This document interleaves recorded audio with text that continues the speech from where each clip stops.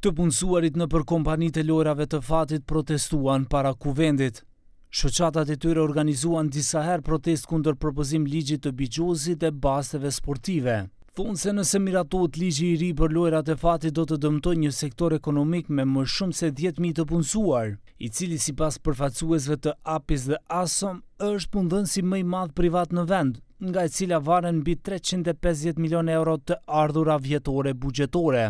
Вака подготвен закон на среден рок ќе направи хаос во општеството, кој тешко ќе може да се спречи.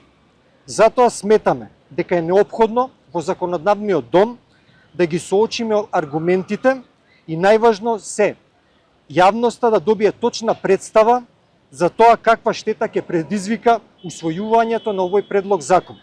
Këto dy shoqata paraqiten një kërkesë zyrtare në kuvend për të organizuar një debat publik në lidhje me projektligjin për lojrat e fatit. Në përputhje me nenin 129 paragrafi 2 i rregullores së punës, ata i dërguan kërkesë presidentes, kryetarit të kuvendit, antarëve të komisionit të parlamentar për financim dhe buxhet dhe koordinatorëve të gjitha grupeve parlamentare. Долг период игрите на среќа се цел на негативна кампања во која се нафрлаат разни клевети. Легалните објекти не се закана за младината. Закана за младината е популизмот, кој затварајќи го овој економски сектор, ќе ги направи младите лесен таргет за незаконски играчници кои ќе се организираат и одвиваат во подруми, а државата ќе нема никаква контрола.